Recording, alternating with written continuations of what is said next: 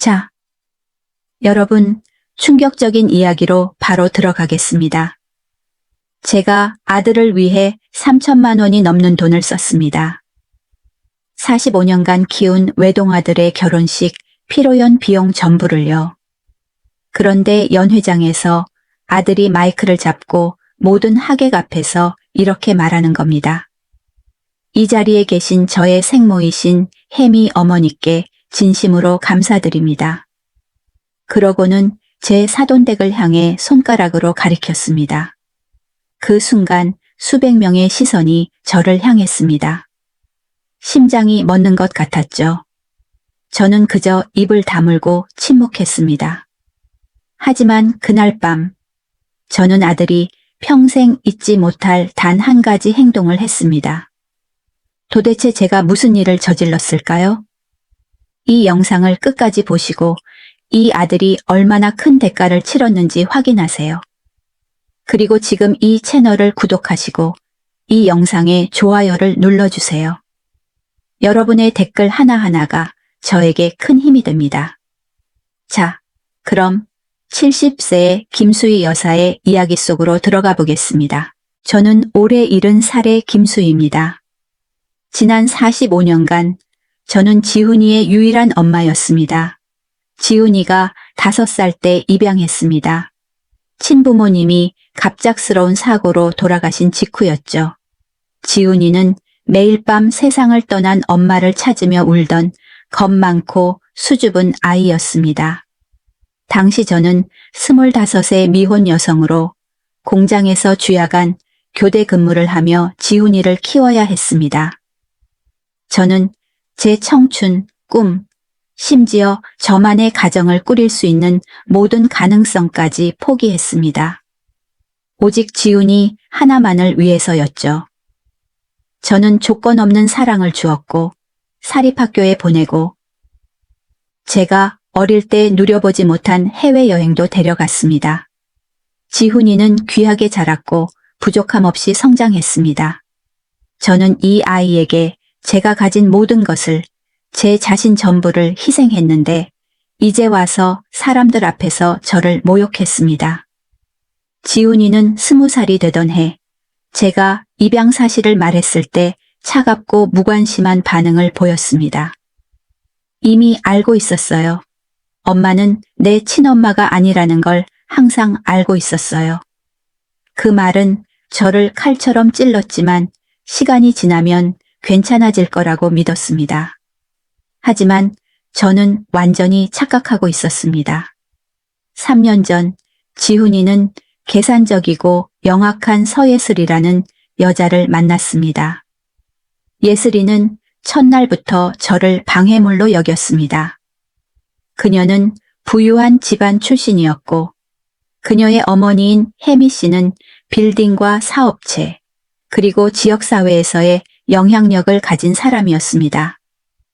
이에 비해 저는 겨우 쥐꼬리만 한 연금으로 살고 있는 평범한 아파트의 은퇴자였죠. 예슬에게 저는 숨겨야 할 창피한 존재였습니다.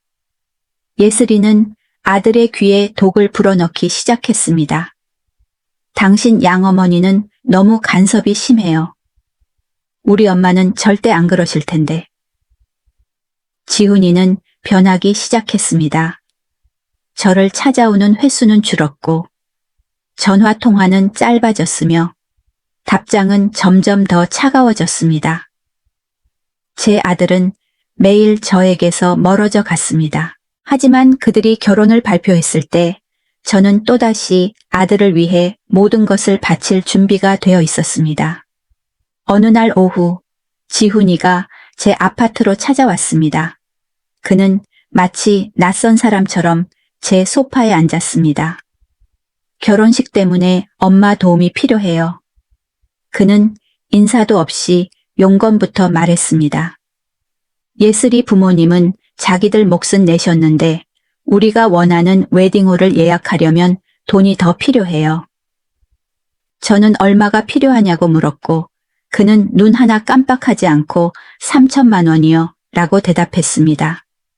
그 돈은 제 평생의 저축, 갑작스러운 병원비나 제 장례식 비용으로 혹시나 남에게 폐가 될까봐 모아둔 전부였습니다. 지훈아, 그 돈은 정말 큰 돈인데. 제가 말했습니다. 그의 대답은 저를 얼어붙게 만들었습니다. 엄마가 저를 정말 사랑한다고 말하신다면 망설일 이유가 없잖아요. 그날 밤 저는 잠을 이루지 못했습니다. 3천만 원은 45년의 희생, 몸이 부서져라 일하고 작은 사치조차 포기하며 모은 돈의 전부였습니다. 하지만 이건 제 아들의 결혼식이었습니다. 저는 생각했습니다. 어쩌면 이 희생을 통해 지훈이가 내가 그를 위해 해온 모든 것을 기억해 줄지도 몰라. 다음 날 저는 은행으로 갔고 모든 저금을 인출했습니다. 저는 지훈이에게 수표를 건넸습니다. 어떤 조건이나 비난도 없이요. 그는 마치 세상에서 가장 당연한 일처럼, 심지어 제가 그에게 빚진 것처럼 수표를 받았습니다. 고맙다는 말조차 없었습니다. 그저 예슬이가 좋아할 거예요. 라고만 말했습니다. 이어진 몇 달간의 준비 과정은 지옥 같았습니다. 저는 그저 아르바이트생처럼 취급받았습니다. 예슬이가 메뉴, 꽃, 음악, 심지어 제가 앉을 자리까지 모든 것을 결정했습니다. 제가 의견을 내려고 할 때마다 예슬이는 이건 내 결혼식이지 엄마 결혼식이 아니잖아요. 라고 저를 무시했습니다. 지훈이는 침묵했고 예슬이가 저를 모욕하는 것을 매번 방관했습니다. 한 번은 제가 공장 친구 몇 명을 초대하자고 제안했습니다. 예슬이는 경멸하듯 저를 쳐다보며 말했습니다. 저희 결혼식을 싸구려처럼 만들고 싶진 않아요. 지훈이는 고개를 끄덕였습니다. 수십 년간 저의 전부였던 제 친구들이 제가 돈을 댄 결혼식에 참석할 자격조차 없다는 뜻이었습니다.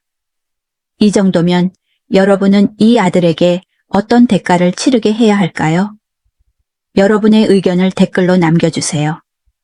그리고 잠시 시간을 내어 좋아요와 구독 부탁드립니다. 결혼식 당일 저는 일찍 도착했습니다. 아들을 위해 특별히 산 산호색 원피스를 입고 최대한 단정해 보이려 했습니다. 하지만 지훈이는 저를 보자마자 마치 짐짝을 보는 듯한 표정을 지었습니다. 좀 더 튀지 않는 옷은 없었어요? 엄마가 너무 눈에 띄는 건 싫은데. 마치 제 존재 자체가 문제인 것처럼 말입니다. 결혼식은 아름다웠습니다. 저는 제 아이가 성장하여 자신의 가정을 꾸리는 모습을 보며 감격의 눈물을 흘렸습니다. 이 모든 일에도 불구하고 그는 여전히 제가 안아주며 위로했던 그 어린 아들이었으니까요. 저는 순진하게도 결혼식이 끝나면 우리 관계가 나아질 거라고 생각했습니다. 그리고 피로연에서의 감사 인사가 시작되었습니다. 지훈이가 마이크를 잡고 모든 하객에게 미소를 보낸 후 저를 산산조각 낸 그 말을 했습니다. 이 자리에 계신 저의 생모, 혜미 어머니께 감사드립니다.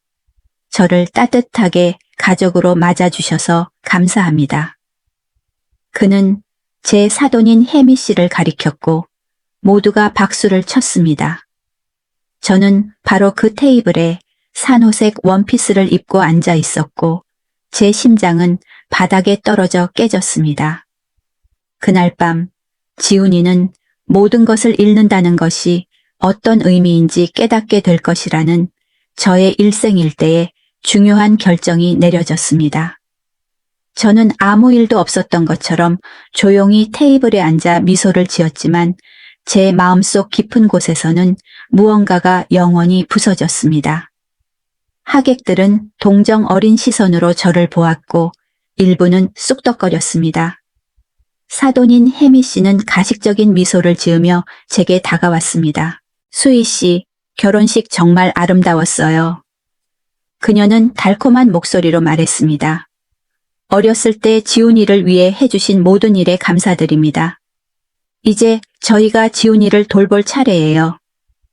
그 말은 제 뺨을 때리는 것 같았습니다. 마치 제 역할은 수십 년 전에 끝났고 45년의 모성애는 아무 의미도 없다는 것처럼요. 혜미 씨는 말을 이었습니다. 예슬이가 그러는데 수희 씨가 지훈이를 위해 참 많이 희생하셨다고 하더군요.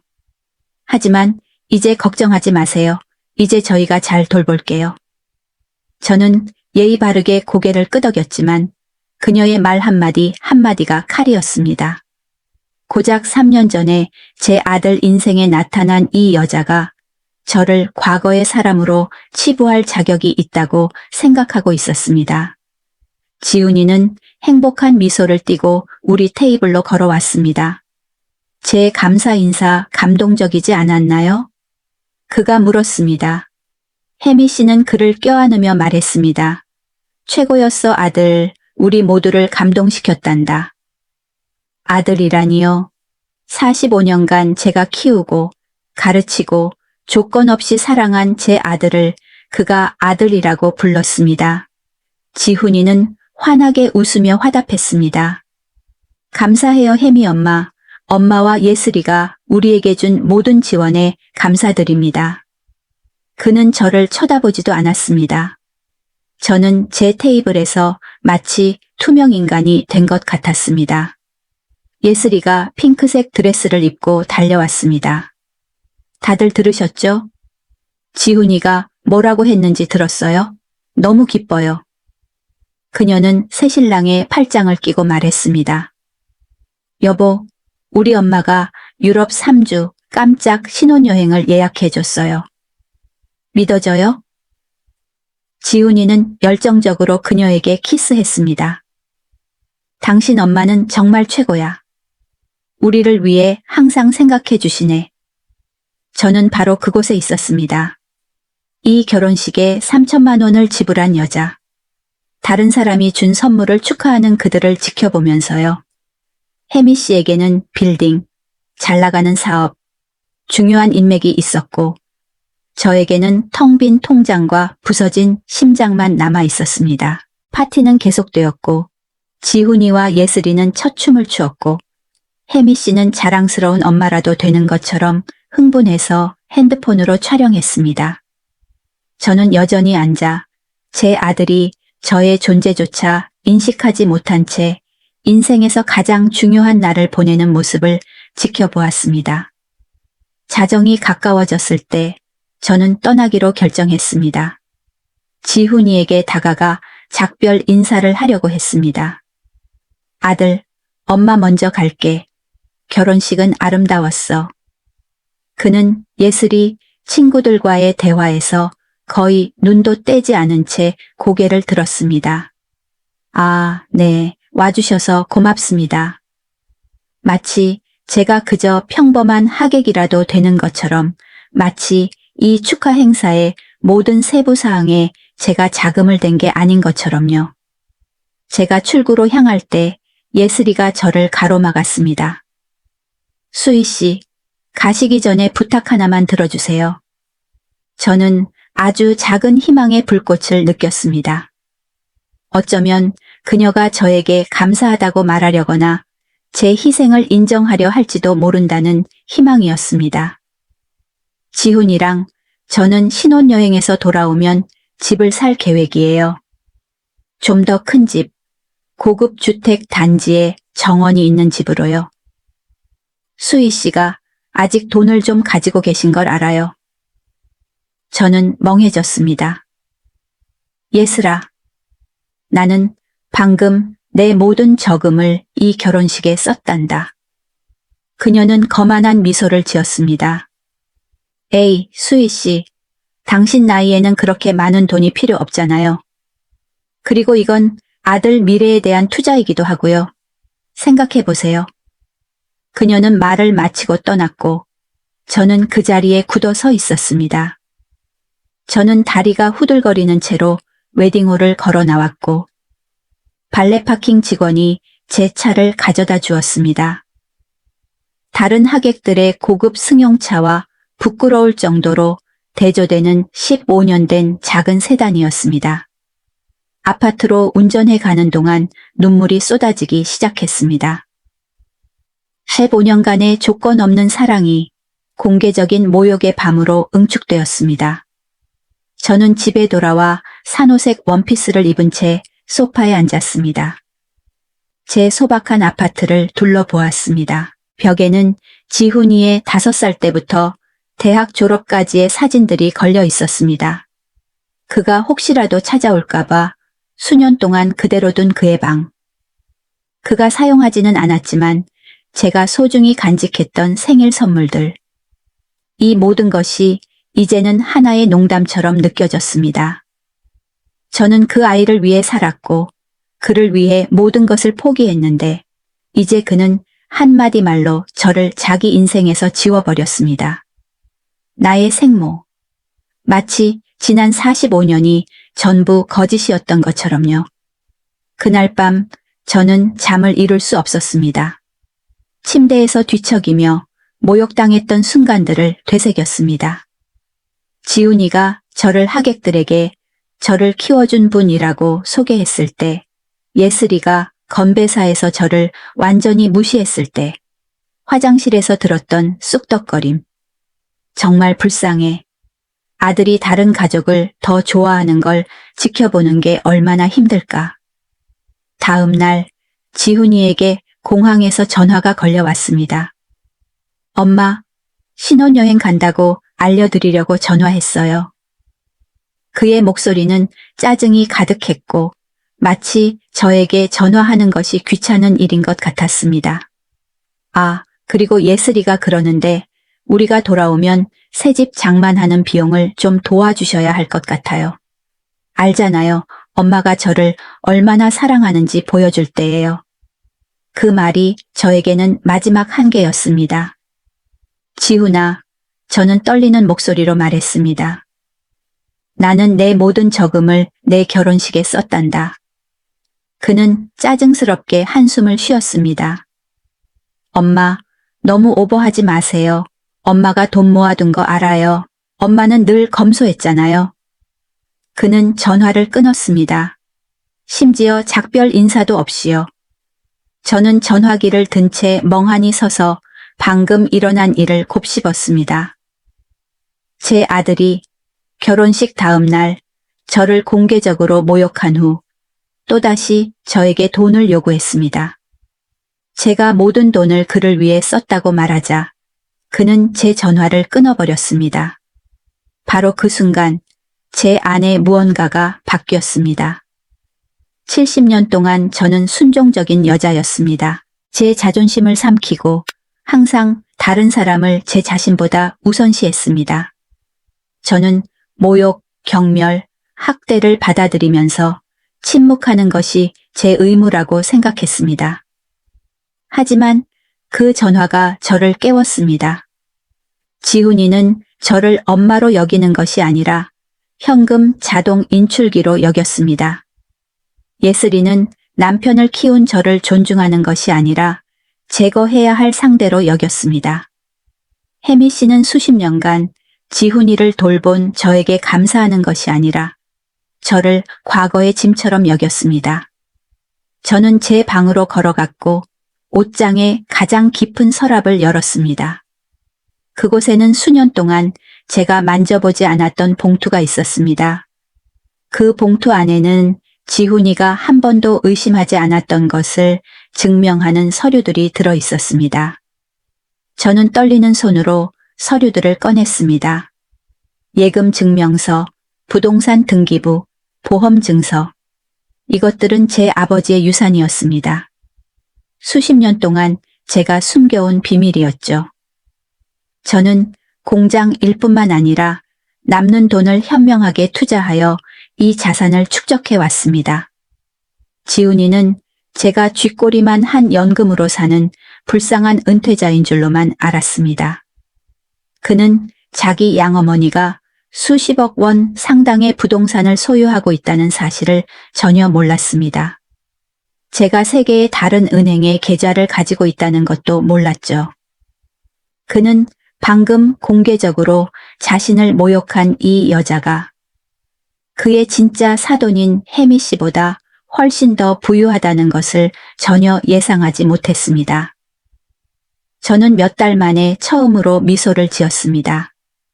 지훈이는 친어머니를 갖는 것이 어떤 기분인지 알고 싶어 했습니다. 예슬이는 저에게서 얼마나 더 많은 돈을 뜯어낼 수 있을지 궁금해 했습니다. 혜미 씨는 저를 아들의 인생에서 지워버리고 싶어 했죠. 곧 그 세 사람은 그들이 잘못 건드렸다는 사실을 알게 될 것입니다. 저는 전화를 들고 수년 동안 저장해둔 번호로 전화를 걸었습니다. 법무법인 진우입니다. 전문적인 목소리가 전화를 받았습니다. 김수희입니다. 진우 변호사님과 긴급하게 상의할 일이 있습니다. 가족 유산 문제에 관한 것입니다. 사흘 후 진우 변호사는 그의 사무실에서 저를 맞이했습니다. 그는 50대의 품위 있는 신사로 몇 년 전 제 아버지가 돌아가셨을 때 함께 일했던 분이었습니다. 수희 여사님, 오랜만입니다. 제가 뭘 도와드릴 수 있을까요? 그가 제 손을 잡으며 말했습니다. 저는 붉은 마호가니 책상 앞에 앉아 심호흡을 했습니다. 변호사님, 제 모든 자산, 부동산, 은행 계좌, 투자금, 제가 아버지께 물려받은 모든 것과 제가 그동안 축적한 모든 것을 정리해 주셨으면 합니다. 진우 변호사는 두꺼운 파일을 열었습니다. 물론이죠. 여사님의 아버님은 정말 성견지명이 있는 분이셨죠. 최신 파일을 확인해 보겠습니다. 그가 읽는 동안 저는 제가 이 숨겨진 재산을 어떻게 갖게 되었는지 떠올렸습니다. 제 아버지는 열심히 일하는 이민자셨고 제가 어렸을 때 도시 외곽에 싼 땅을 사 두셨습니다. 이곳이 언젠가는 금싸라기 땅이 될 거다. 그는 항상 제게 말했습니다. 그리고 그의 말은 옳았습니다. 그 땅들은 이제 강남 한복판에 자리 잡고 있었습니다. 놀랍군요. 진우 변호사는 나지막이 말했습니다. 상업용 부동산 사채, 고급 아파트 우체 임대, 그리고 투자 계좌 총액까지. 그는 잠시 멈추더니 안경 너머로 저를 쳐다보았습니다.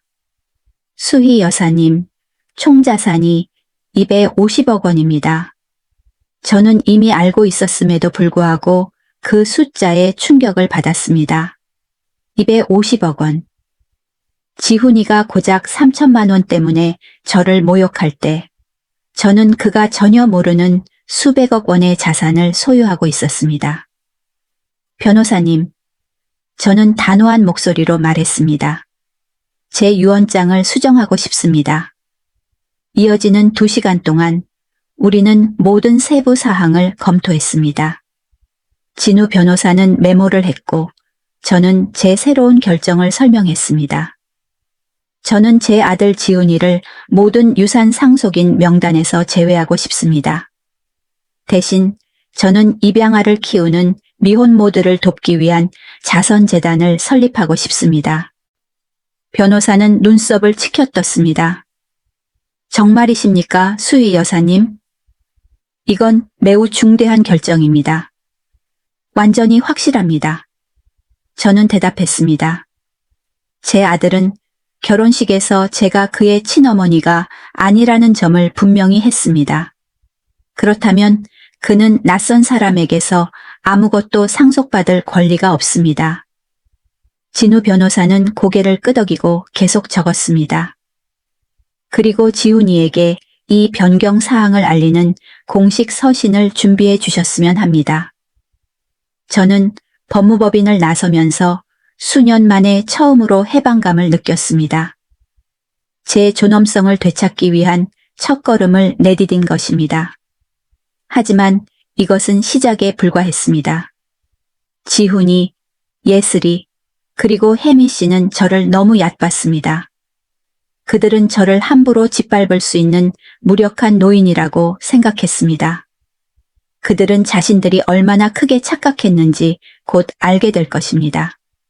그날 오후, 저는 제 소유의 부동산 중 하나를 보러 갔습니다. 도심 한복판에 있는 우아한 오피스텔이었습니다. 관리인인 최 씨가 저를 맞이했습니다. 수희 여사님, 뵙게 되어 영광입니다. 특별히 보실 곳이 있으신가요? 저는 몇 달 동안 공실로 비어있던 꼭대기층 펜트하우스를 보고 싶다고 설명했습니다. 정말 멋진 곳이죠. 최 씨는 우리가 엘리베이터를 타는 동안 설명했습니다. 방 3개에 거실 2개, 그리고 파노라마 전망의 테라스까지 있습니다. 임대 광고를 내놨지만 아직 적합한 세입자를 찾지 못했어요. 우리가 아파트 안으로 들어섰을 때 저는 숨을 멈췄습니다. 정말 장관이었습니다. 대리석 바닥, 거대한 통창, 잡지에서 튀어나온 듯한 현대적인 주방. 최 씨, 제가 말했습니다. 임대 광고 취소해 주세요. 제가 여기로 이사 올 겁니다. 그는 당황한 표정으로 저를 쳐다봤습니다. 정말이세요, 수희 여사님? 이 아파트는 월세가 500만 원입니다. 여사님이 지금 사시는 아파트 월세는 그거에 비하면 일부일 텐데요. 저는 미소를 지었습니다. 완전히 확실합니다. 계약서 준비해 주세요. 그날 밤 저는 고급 이사 전문 업체에 전화를 걸었습니다. 내일 제가 사는 아파트의 모든 짐을 강남타워 꼭대기 층으로 옮겨주세요. 저는 그들에게 말했습니다. 그리고 인테리어 디자이너도 고용해서 이 공간을 완벽하게 꾸며주세요. 이 서비스 비용은 제가 지난 석 달 동안 쓴 돈보다 많았지만 저는 더 이상 상관하지 않았습니다. 다음 날 인부들이 제 짐을 포장하고 있을 때 지훈이에게서 전화가 걸려왔습니다. 신혼여행에서 막 돌아온 참이었습니다. 엄마, 어디에요? 제가 엄마 아파트에 왔는데 이삿짐 차가 와 있어요. 그의 목소리는 걱정스러웠지만 저에 대한 걱정이 아니라 저에게 돈을 더 뜯어낼 계획에 대한 걱정이었습니다. 아, 그래 지훈아, 엄마 이사 중이야. 저는 침착하게 대답했습니다. 이사요? 어디로요? 왜 저한테 말 안 했어요? 저는 백그라운드에서 예슬이가 무슨 일이냐고 묻는 소리를 들을 수 있었습니다. 너한테 알릴 필요성을 느끼지 못했어. 어쨌든 네가 결혼식에서 분명히 밝혔듯이 나는 네 생모가 아니니까. 어색한 침묵이 흘렀습니다. 엄마, 너무 과장하지 마세요. 제가 엄마를 사랑하는 거 알잖아요. 그냥 혜미 여사님이 저한테는 2번째 엄마 같은 분이라는 뜻이었어요. 그 말은 제가 이미 알고 있던 사실을 확인시켜 주었습니다. 지훈이에게 저는 대체 가능한 존재였습니다. 지훈아, 제가 말했습니다. 네가 나를 필요로 한다면 내 새 전화번호는 진우 변호사님께 있어. 그분이 내 모든 최신 정보를 가지고 계셔. 진우 변호사요? 변호사를 왜요? 엄마, 저를 불안하게 만들지 마세요. 몇 달 만에 처음으로 그의 목소리에서 불안감을 감지할 수 있었습니다. 그냥 내 일들을 정리하는 거야, 아들아. 70살이 되면 책임감 있게 행동해야지. 저는 그가 대답하기도 전에 전화를 끊었습니다. 그날 오후 저는 새 집으로 이사했습니다. 펜트하우스는 꿈이 현실이 된 곳이었습니다. 테라스에서는 도시 전체가 제 발 아래 펼쳐져 보였습니다. 디자이너는 훌륭한 일을 해냈습니다. 우아한 가구, 실크 커튼, 최고급 가전제품이 갖춰진 주방. 저는 제가 지난주 식비보다 더 비싼 프랑스산 와인을 한 잔 따르고 새 거실에 앉았습니다. 수십 년 만에 처음으로 저는 제 삶을 통제하고 있다는 느낌을 받았습니다. 더 이상 지훈이에게 애정을 구걸하지 않고 예슬이의 모욕을 받아들이지 않으며 혜미 씨에게 무시당하지도 않았습니다. 제 새 아파트에 이사 온 지 사흘째 되는 날 전화벨이 울렸습니다. 모르는 번호였습니다. 김수희 여사님 되십니까? 저는 혜미입니다.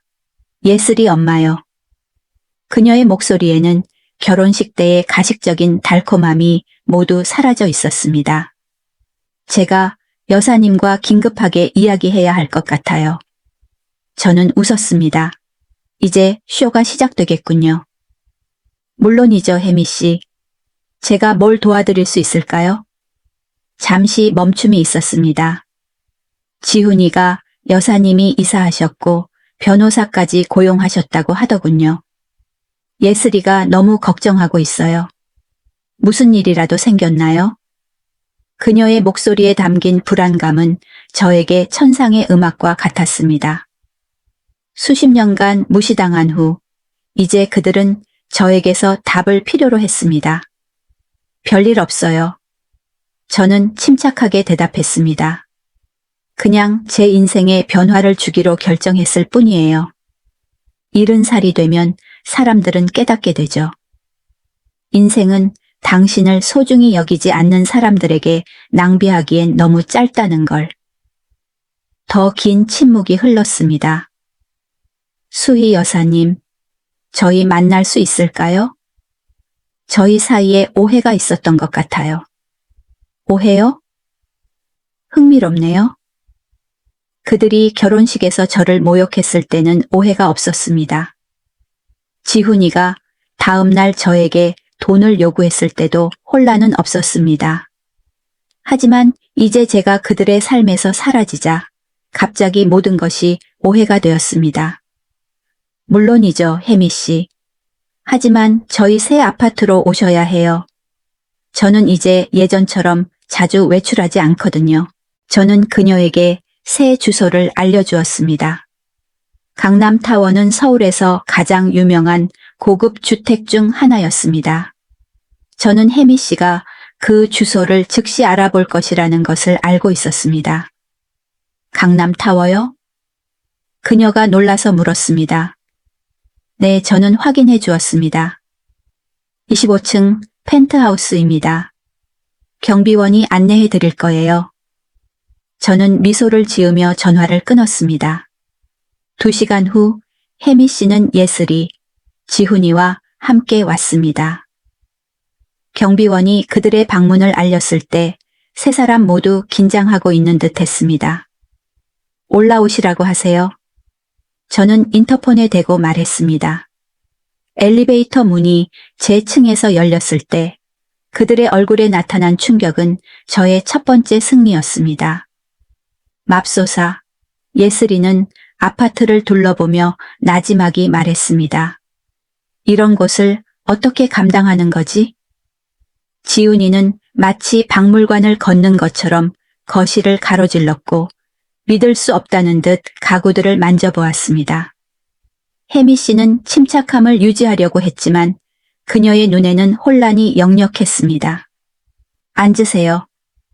저는 이탈리아 가죽 소파를 가리키며 말했습니다. 마실 것 좀 드릴까요? 프랑스 와인, 스카치 위스키, 샴페인도 있어요. 혜미 씨는 정중하게 거절했지만 지훈이는 혼란을 숨길 수 없었습니다. 엄마, 이 모든 걸 할 돈이 어디서 났어요? 이것이 바로 제가 기다려온 질문이었습니다. 저는 그들 맞은편에 앉아 우아하게 다리를 꼬고 미소를 지었습니다. 사랑하는 지훈아, 내 양어머니에 대해서는 네가 굳이 알고 싶어 하지 않았던 것들이 참 많단다. 지훈이는 몸을 앞으로 숙였고 그의 눈은 저를 뚫어지게 쳐다봤습니다. 그게 무슨 뜻이에요, 엄마? 혜미 씨와 예슬이는 긴장된 시선 교환을 했습니다. 저는 그들의 머리가 돌아가고 있는 것을 볼 수 있었습니다. 평범한 은퇴자가 어떻게 이런 호화로운 곳에 살 수 있는지 이해하려고 애쓰는 모습이었습니다. 저는 천천히 말했고 매 순간을 즐겼습니다. 사실 내 아버지, 즉 내 양회 할아버지는 매우 현명한 투자자였단다. 그분이 돌아가셨을 때 나에게 약간의 부동산을 남겨주셨지. 지훈이는 얼굴을 찌푸렸습니다. 부동산이요? 왜 한 번도 저에게 말씀 안 하셨어요?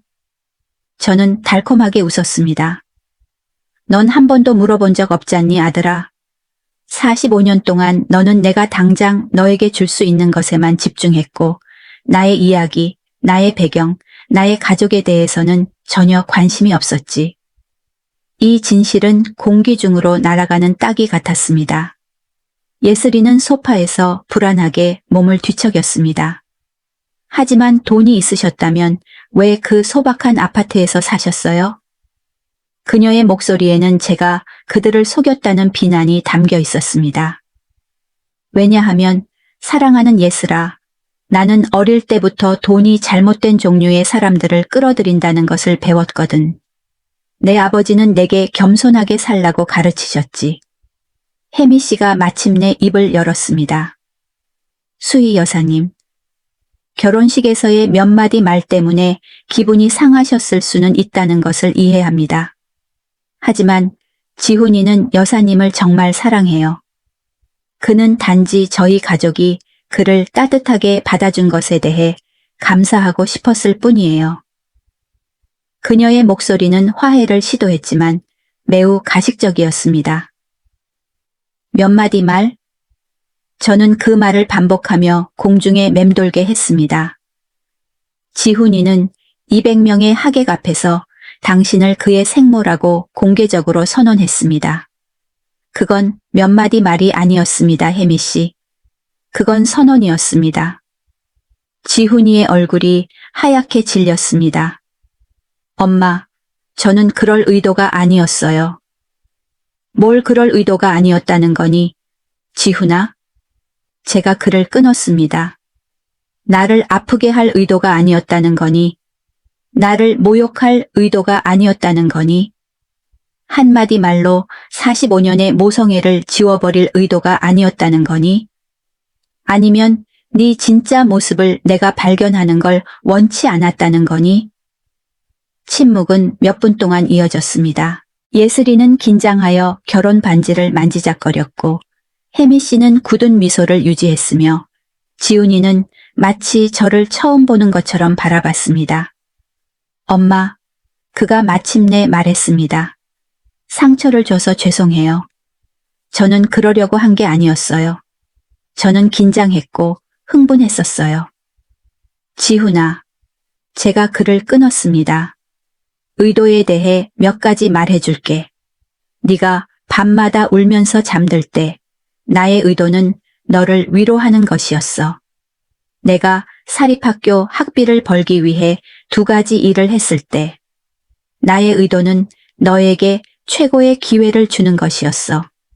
내가 내 저축을 털어서 내 결혼식을 치렀을 때 나의 의도는 네가 행복한 것을 보는 것이었어. 저는 일어나 창가로 걸어갔습니다. 그들에게 등을 돌리고요. 하지만 네가 결혼식 다음 날 나에게 돈을 더 달라고 전화했을 때 너의 의도는 무엇이었니, 지훈아? 그리고 예슬이가 나 같은 나이의 여자는 그렇게 많은 돈이 필요하지 않다고 말했을 때 그녀의 의도는 무엇이었니? 예슬이의 얼굴이 붉어졌습니다. 저는 그렇게 말 안 했어요. 저는 천천히 그녀를 향해 돌아섰습니다. 아, 그랬니? 내 기억력은 아주 좋단다. 네가 한 말은 수희 씨 같은 나이에는 그렇게 많은 돈이 필요 없잖아요. 그리고 이건 아들 미래에 대한 투자이기도 하고요. 였어.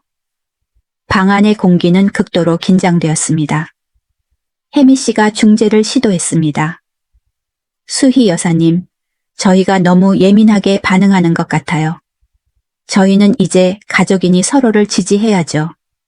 저는 차갑게 웃었습니다. 가족. 정말 재미있는 단어네요. 지훈이는 그의 진짜 가족에는 당신이 포함된다는 것을 분명히 했습니다. 혜미 씨. 저는 그저 그를 키워준 분일 뿐입니다. 지훈이가 벌떡 일어섰습니다. 이제 그만해요. 이건 말도 안 돼요. 엄마는 버릇없는 아이처럼 행동하고 있어요. 그의 말은 아파트에 총성처럼 울려 퍼졌습니다. 혜미 씨는 뒤에서 그를 쳐다봤습니다. 지훈아, 엄마에게 그렇게 말하면 안 돼. 하지만 상처는 이미 입혀졌습니다. 바로 이거야. 저는 침착하게 말했습니다. 이게 진짜 지훈이야. 일이 자기 뜻대로 되지 않을 때 그의 진정한 본성이 드러나는 거지. 저는 제 가방으로 걸어가서 파일처를 꺼냈습니다. 우리가 모두 이렇게 솔직해졌으니 내가 보여줄 게 있어. 저는 커피 테이블에 파일처를 펼쳤습니다. 그 안에는 제 부동산 사진들이 있었습니다. 이건 내가 지금 살고 있는 오피스텔 건물이야. 아버지에게서 물려받은 거지. 지훈이는 더 가까이 다가와 자세히 보았습니다. 그리고 강남구에 있는 아파트 건물도 있지. 예슬이는 숨을 들이켰습니다. 그리고 여기 시내에 있는 이 상가 건물도 있어. 그들의 얼굴은 믿을 수 없다는 듯한 표정이었습니다. 혜미 씨는 마치 외계 문서라도 되는 것처럼 사진들을 쳐다봤습니다. 그리고 투자 계좌도 있고. 저는 말을 이었습니다. 다른 작은 부동산들도 좀 있어. 저는 파일처를 닫았습니다. 총 자산은 250억 원에 달해. 예슬이는 기절했습니다. 문자 그대로였습니다. 그녀는 소파 위로 축 늘어졌습니다. 지훈이는 그녀를 부축하려고 달려갔고 혜미 씨는 잡지로 그녀에게 부채질을 했습니다. 250억 원, 지훈이가 중얼거렸습니다. 엄마에게 250억 원이 있었다고요? 작년에 제가 병원비 때문에 돈이 필요하다고 했을 때 저더러 제 저금을 쓰게 했잖아요. 이 질문은 그를 정확하게 드러냈습니다. 이 충격적인 순간에도 그는 오직 자신의 이익만을 볼 수 있었습니다. 지훈아, 저는 나지막이 말했습니다. 그 병원비 때문에 네가 나에게 괜찮냐고 물어본 적이 있었니? 내 감정 상태에 대해 걱정해 준 적이 있었니? 아니면 그냥 돈만 원했니? 혜미 씨는 예슬이를 일으켜 세웠습니다. 젊은 여성은 창백했고 떨고 있었습니다. 이해가 안 돼요. 그녀는 더듬거리며 말했습니다. 돈이 그렇게 많으면서 왜 가난한 척 했어요? 왜 우리에게 돈을 내게 하고 엄마는 낼 수 있는데도 가만히 계셨어요? 그의 분노는 재미있었습니다. 마치 제가 그들에게서 무언가를 훔친 것처럼요. 예슬아, 저는 대답했습니다. 나는 가난한 척한 적 없어. 나는 그냥 내 연금으로 살았고 내 자산에 대해서는 비밀로 했을 뿐이야. 너희는 내가 입양아를 키운 은퇴자이기 때문에 가난할 거라고 추측했지. 그건 너희의 결정이었지. 나의 결정이 아니었단다. 지훈이는 머리를 감싸 쥐고 이 정보를 소화했습니다. 엄마, 이건 모든 것을 바꿔요. 우리가 함께 할 수 있었던 게 얼마나 많은데요. 우리가 뭘 할 수 있었을까, 지훈아? 제가 그를 끊었습니다. 우리가 진짜 가족이 될 수 있었을까? 아니면 내 돈을 네가 원하는 것을 사기 위해 쓸 수 있었을까? 그 질문은 공중에 맴돌았고 지훈이는 대답할 수 없었습니다. 우리 모두 답을 알고 있었기 때문입니다. 혜미 씨가 헛기침을 했습니다. 수희 여사님, 기분 상하신 건 이해합니다. 하지만 이제 저희가 진실을 알았으니 다시 시작할 수 있어요. 단합된 가족으로요. 저는 저를 공개적으로 모욕하는데 일조하고 이제 제 재산을 발견하자 다시 시작하려는 이 여자를 쳐다봤습니다. 혜미 씨, 저는 미소를 지었습니다. 유감스럽게도 너무 늦었습니다. 저는 가방에서 또 다른 서류를 꺼냈습니다. 이것은 제 새로운 유언장입니다. 지훈이는 제 모든 자산의 상속인 명단에서 제외되었습니다. 세 사람의 얼굴이 동시에 잿빛이 되었습니다. 대신 저는 입양아를 키우는 미혼모들을 돕기 위한 재단을 설립했습니다. 그 뒤를 이은 것은 귀가 먹먹할 정도의 침묵이었습니다. 지훈이는 제가 방금 자신에게 총을 쏜 것처럼 저를 바라봤습니다. 예슬이는 울기 시작했습니다. 혜미 씨는 침착함을 유지했지만 그녀의 손은 미세하게 떨리고 있었습니다. 엄마, 지훈이가 속삭였습니다. 이러시면 안 돼요. 저는 엄마 아들이잖아요. 저는 슬프게 웃었습니다. 아니, 지훈아. 네가 결혼식에서 분명히 밝혔듯이 나는 내 생모가 아니야. 그렇다면 너는 내 진짜 아들이 아니지. 지훈이는 제 말을 소화하기 위해 몇 초 동안 굳어 있었습니다. 그리고 폭발했습니다. 이건 미친 짓이에요. 말 한마디 때문에 제 상속권을 박탈할 수는 없어요. 그의 목소리는 날카로웠고 절망적이었습니다. 저는 엄마 아들이에요. 평생 엄마를 사랑했어요. 나를 사랑한다고? 저는 침착하게 물었습니다. 지훈아, 지난 3년 동안 네가 내게 전화해서 그냥 안부를 물어본 적이 몇 번이나 있었니? 돈을 요구하지 않고 나를 찾아온 적이 몇 번이나 있었니? 내가 돈을 내지 않아도 되는 내 계획에 나를 포함시킨 적이 몇 번이나 있었니? 그는 침묵했습니다. 예슬이는 소파에서 꺽꺽거렸고 혜미 씨는 그를 위로하려고 했습니다. 이건 불공평해요. 예슬이가 울면서 중얼거렸습니다. 우리는 엄마를 사랑해요. 제 가족이 엄마를 따뜻하게 받아들였잖아요.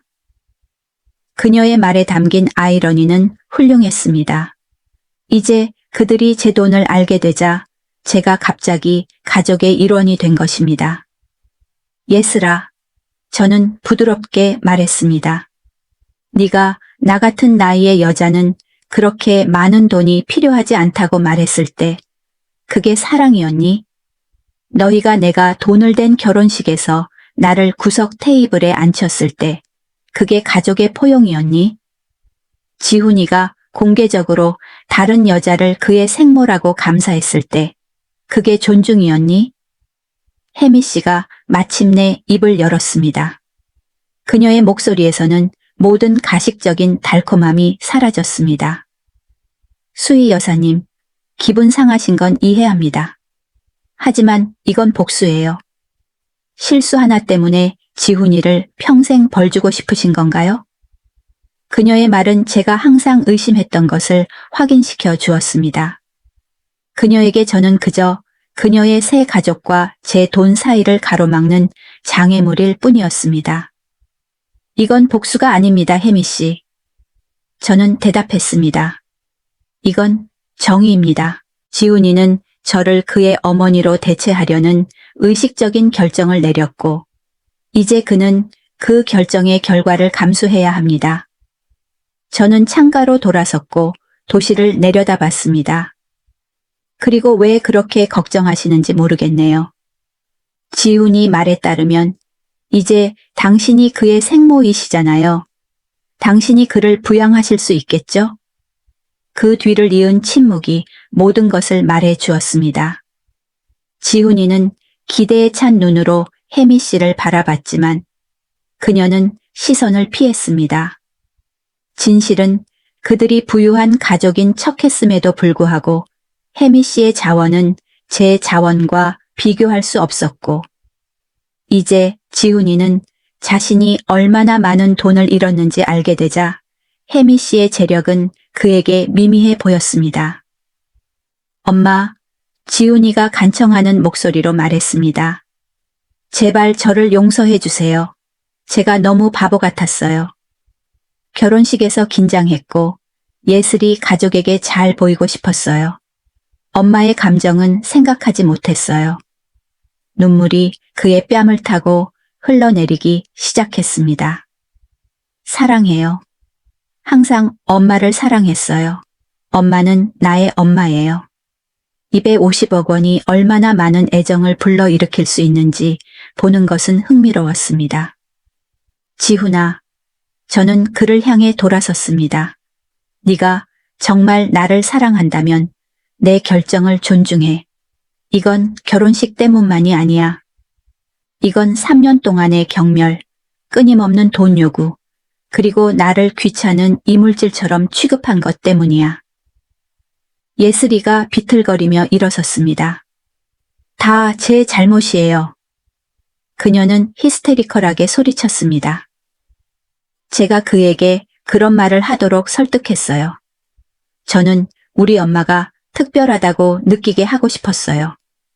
그녀의 절망적인 고백은 제가 항상 의심했던 조작을 폭로했습니다. 예슬아, 저는 말했습니다. 솔직함은 고맙지만 그건 너희가 나를 모욕하기 위해 계획했다는 것을 확인시켜줄 뿐이야. 지훈이가 저에게 다가와 제 손을 잡으려고 했습니다. 엄마, 제발요. 우리가 이걸 해결할 수 있어요. 우리가 진짜 가족이 될 수 있어요. 예슬이는 사과할 거예요. 제가 뭘 하든 다 할게요.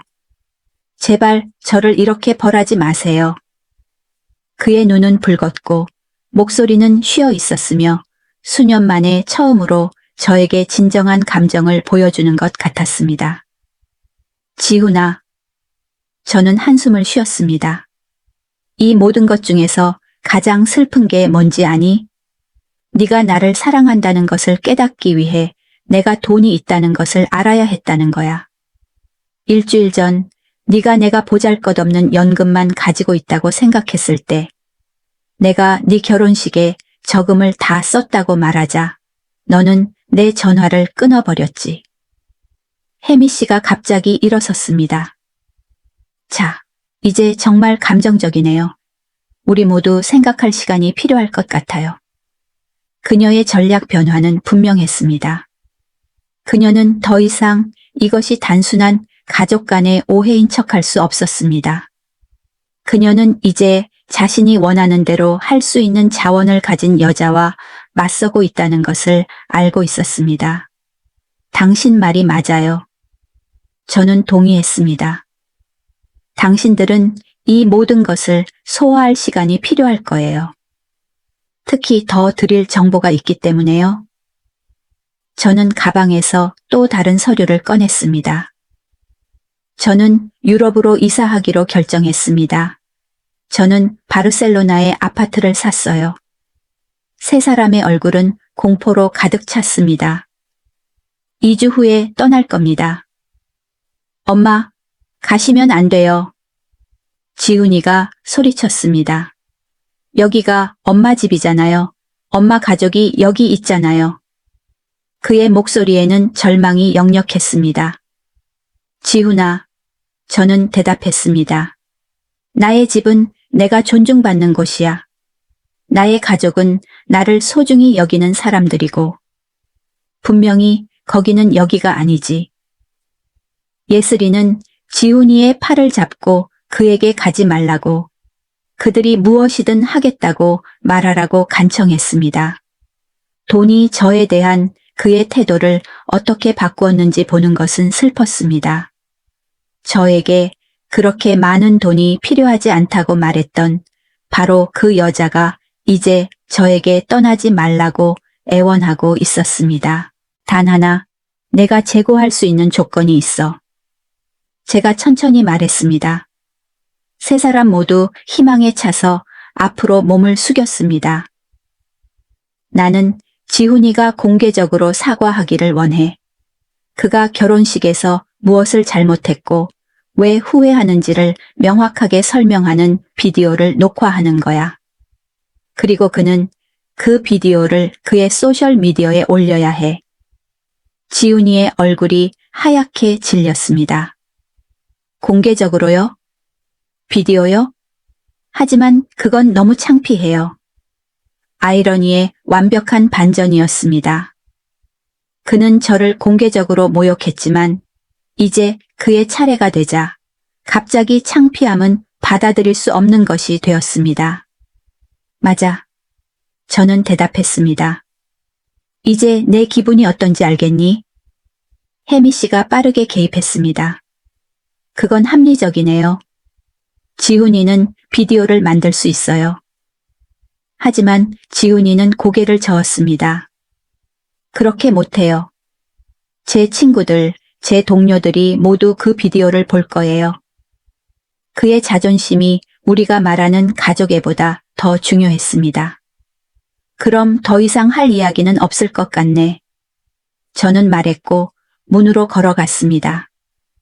내가 너희를 배웅해 줄게. 지훈이는 절망했습니다. 잠깐만요. 생각할 시간을 주세요. 하지만 저는 이미 결정을 내렸습니다. 그의 반응은 제가 알아야 할 모든 것을 확인시켜 주었습니다.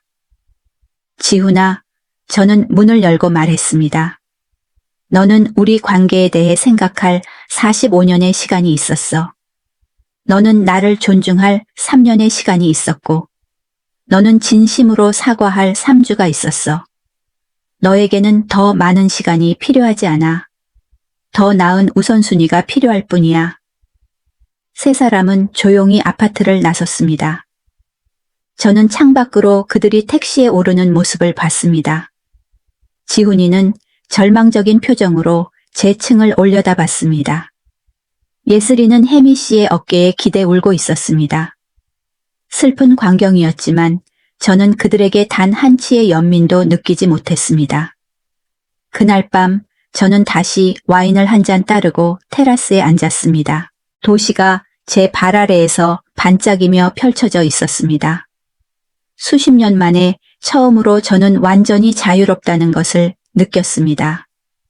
더 이상 돈을 요구하는 간청도 가족의 모욕도 없었습니다.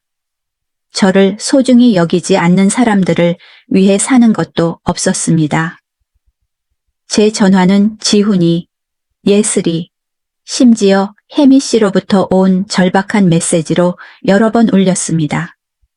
변화를 약속하고 용서를 구하고 가족 상담을 제안하는 메시지였습니다. 저는 그 모든 것을 무시했습니다. 그들에게는 진정한 가족이 될 기회가 있었지만 그들은 그것을 낭비했습니다. 다음 날 저는 예상치 못한 전화를 받았습니다. 공장 친구인 나정에게서 온 전화였습니다. 수희야, 어제 쇼핑몰에서 내 아들을 봤는데 꼴이 말이 아니더라. 괜찮은 거야? 저는 웃었습니다. 소문이 빨리 퍼지는군요. 아주 잘 지내, 정아. 드디어 모든 것이 제자리를 찾아가고 있어. 그 아이 완전히 무너져 보이더라. 정가는 계속 말했습니다. 하지만 결혼식에서 걔가 한 짓은 정말 용서받을 수 없어. 너 정말 유럽으로 가는 거야? 저는 제 아파트, 포장된 상자, 이미 예약된 비행기표를 둘러보았습니다. 그래, 정가. 이제는 나 자신을 위해 살아야 할 때야. 다음 몇 시간 동안 저는 수년 동안 연락하지 않았던 사람들로부터 전화를 받았습니다. 이전 동료들, 이웃들, 심지어 비디오를 본 먼 친척들까지도요. 모두가 저를 지지하고 제가 받은 처우에 대한 분노를 표했습니다. 우리가 너한테 너무 잘해줬다고 이미 알고 있었지. 제 옛 공장 상사가 말했습니다. 예슬이는 그날 오후 예고 없이 제 아파트에 나타났습니다. 그녀의 얼굴은 펑펑 울어서 부어 있었습니다. 수희 여사님, 제발 문 좀 열어주세요. 안에 계신 거 알아요. 그녀의 목소리는 절망적이었습니다. 저는 호기심에 동정심보다는 호기심에 문을 열어주었습니다. 지훈이가 비디오를 올린 후로 계속 울고 있어요. 예슬이는 제가 초대하기도 전에 들어섰습니다. 그는 수백 개의 증오 메시지를 받았고 그의 동료들은 그를 이상하게 쳐다보고 있어요. 일부 고객들은 그와의 미팅을 취소했어요. 그녀의 설명은 저에게 예상치 못한 만족감을 주었습니다. 그게 저와 무슨 상관이죠? 저는 차갑게 물었습니다. 예슬이는 제 소파에 주저앉았습니다. 그는 여사님이 요구하신 대로 했잖아요. 그는 공개 비디오를 만들었고 자신을 철저하게 모욕했어요. 이걸로 충분하지 않나요? 그녀의 질문은 그녀가 상황을 얼마나 이해하지 못했는지를 보여주었습니다. 예슬아, 저는 참을성 있게 설명했습니다. 그 비디오는 5년의 배은망덕함을 되돌릴 수 없어. 결혼식에서의 모욕을 취소할 수도 없고, 너희가 수년 동안 내게 입힌 정서적 피해를 고칠 수도 없어. 그녀는 제가 불합리하다는 듯이 저를 쳐다봤습니다. 하지만 그는 공개적으로 사과했어요. 그는 자신의 잘못을 인정했다고요. 네. 저는 동의했습니다. 그가 내 돈을 발견한 후에, 그가 수십억 원의 상속을 잃을 것이라는 것을 알게 된 후에, 내가 정말 그렇게 가난했다면 그가 그 비디오를 만들었을 거라고 생각하니? 그 질문은 그녀가 대답할 수 없게 만들었습니다. 우리 모두 진실을 알고 있었기 때문입니다. 예슬이는 다른 전략을 시도했습니다. 수희 여사님, 저도 실수를 했어요. 제가 너무 어리고 미숙했어요. 저는 엄마가 저에게 여사님에 대해 갖도록 한 생각에 영향을 받았어요. 그녀의 사과는 연습된 것처럼 들렸고 절망적이었습니다. 하지만 이제 알아요. 여사님은 정말 특별하고 강하고 독립적인 분이세요. 예슬아, 제가 그녀를 끊었습니다. 3주 전에 네가 나에게 그렇게 많은 돈이 필요하지 않다고 말했을 때, 네가 내가 돈을 댄 결혼식에서 나를 구석에 앉혔을 때, 네가 지훈이가 공개적으로 나를 모욕하는 것을 허락했을 때, 그 수년 동안 너는 나에게 언제 존중을 보여주었니? 그녀는 대답할 수 없었습니다. 그리고 저는 말을 이었습니다. 내 남편은 지금 어디 있니? 왜 그가 직접 와서 사과하지 않는 거니? 예슬이는 고개를 숙였습니다. 그는 너무 부끄러워서요. 그런 짓을 한 후에 여사님을 보일 면목이 없대요. 그녀의 대답은 제 의심을 확인시켜 주었습니다. 지훈이는 여전히 겁쟁이였습니다. 수희 여사님, 예슬이가 간청했습니다. 저희에게 기회를 주세요. 저희는 진짜 가족이 될 수 있어요. 지훈이는 교훈을 얻었어요. 저도 마찬가지고요. 심지어 저희 엄마도 여사님을 잘못 봤다고 말했어요. 혜미 씨를 언급하자 저는 웃었습니다. 오, 이제 혜미 씨도 자신이 틀렸다는 것을 인정하네요. 참 편리하네요. 예슬이가 절망적으로 일어섰습니다. 저희가 어떻게 하면 될까요? 여사님을 용서하게 하려면 뭐가 필요해요? 그녀의 질문은 그녀가 여전히 이해하지 못한다는 것을 보여주었습니다. 그녀는 여전히 이것이 협상이라고 생각했고 제 용서에 가격표가 붙어 있다고 생각했습니다. 예슬아, 저는 문으로 걸어가며 말했습니다. 어떤 것들은 값을 매길 수 없어. 어떤 상처는 아물지 않고 어떤 관계는 회복될 수 없어. 하지만 가족의 사랑은, 그녀가 말을 시작했습니다. 가족의 사랑은 제가 그녀를 끊었습니다. 상호 존중 위에서 구축되는 거야. 유산을 발견한 후에 절망적인 간청이 아니라. 저는 문을 열었습니다. 지훈이는 45년 동안 진정한 가족 사랑을 보여줄 시간이 있었어. 그는 경멸을 선택했고 이제 그 결정을 받아들여야 해. 예슬이는 울면서 떠났습니다. 저는 창밖으로 그녀가 택시에 오르는 것을 봤고 미친 듯이 전화를 걸고 있었습니다. 아마도 지훈이에게 그녀의 마지막 전략이 실패했음을 보고하는 것이겠죠. 바이럴 비디오, 공개적인 간청, 변화의 약속, 모두 소용이 없었습니다. 그날 밤 제가 혼자 테라스에서 저녁 식사를 할 때 지훈이에게서 메시지가 왔습니다. 병원인 듯한 곳에서 찍은 그의 사진이었습니다. 엄마, 저 심리치료 받고 있어요. 더 나은 사람이 되려고 노력할게요. 사랑해요.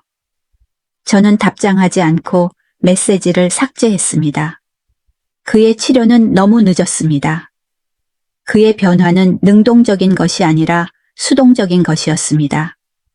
그가 지금 하는 모든 것은 저에 대한 진정한 사랑 때문이 아니라 돈을 잃을까 두려워서 하는 행동이었습니다. 그 차이가 중요했고 지훈이는 오래전에 그의 진짜 우선순위를 드러냈습니다. 제 바르셀로나행 비행기는 닷새 후로 예정되어 있었습니다. 저는 도시의 불빛을 바라보며 제 결정에 대해 엄청난 평온함을 느꼈습니다. 지훈이는 저를 그의 어머니로 대체하기로 선택했고 이제 저는 그를 제 아들로 대체하기로 선택했습니다. 자, 여러분. 지훈이의 눈물, 후회, 그리고 공개적인 사과는 결국 무엇을 위한 것이었을까요? 그의 행동은 진정한 변화였을까요? 아니면 250억 원을 잃지 않기 위한 절박한 시도였을까요? 저는 바르셀로나에서 제 새 삶을 시작했습니다. 이 모든 드라마가 끝난 지금, 지훈이는 직장을 잃고 아내와 이혼하고 혜미 씨 집에서 살고 있다는 소식이 들려왔습니다. 제 아들은 법적으로 저를 상대로 유언장 2의 소송을 제기했지만 저는 모든 것을 철저하게 준비해 두었습니다. 제가 71세에 깨달은 교훈은 바로 이것입니다. 당신의 사랑을 깎아내리는 것은 사랑이 아니라 조종입니다. 위급할 때만 찾는 가족은 가족이 아니라 이용입니다. 저는 지훈이를 입양한 것을 후회하지 않습니다. 다만 제가 너무 늦게 깨달았다는 것이 후회될 뿐입니다. 친절함은 자기 파괴를 대가로 해서는 안 된다는 것을요. 이 이야기가 당신에게도 울림을 주었다면 지금 바로 이 채널을 구독하고 좋아요를 눌러주세요. 그리고 댓글에 당신의 생각을 공유해 주세요. 여러분의 지지가 저의 새로운 삶의 이유가 됩니다. 저는 저의 유산으로 용감한 엄마 재단을 설립하여 저와 같은 상황에 처한 여성들을 돕고 있습니다. 저의 희생은 헛되지 않았습니다. 저는 결국 세상에 더 큰 의미 있는 가치를 더하고 제가 마땅히 받아야 할 존중을 되찾았습니다. 71세에 저는 마침내 저를 선택하는 것이 결코 늦지 않았다는 것을 배웠습니다. 당신도 그럴 수 있습니다. 감사합니다.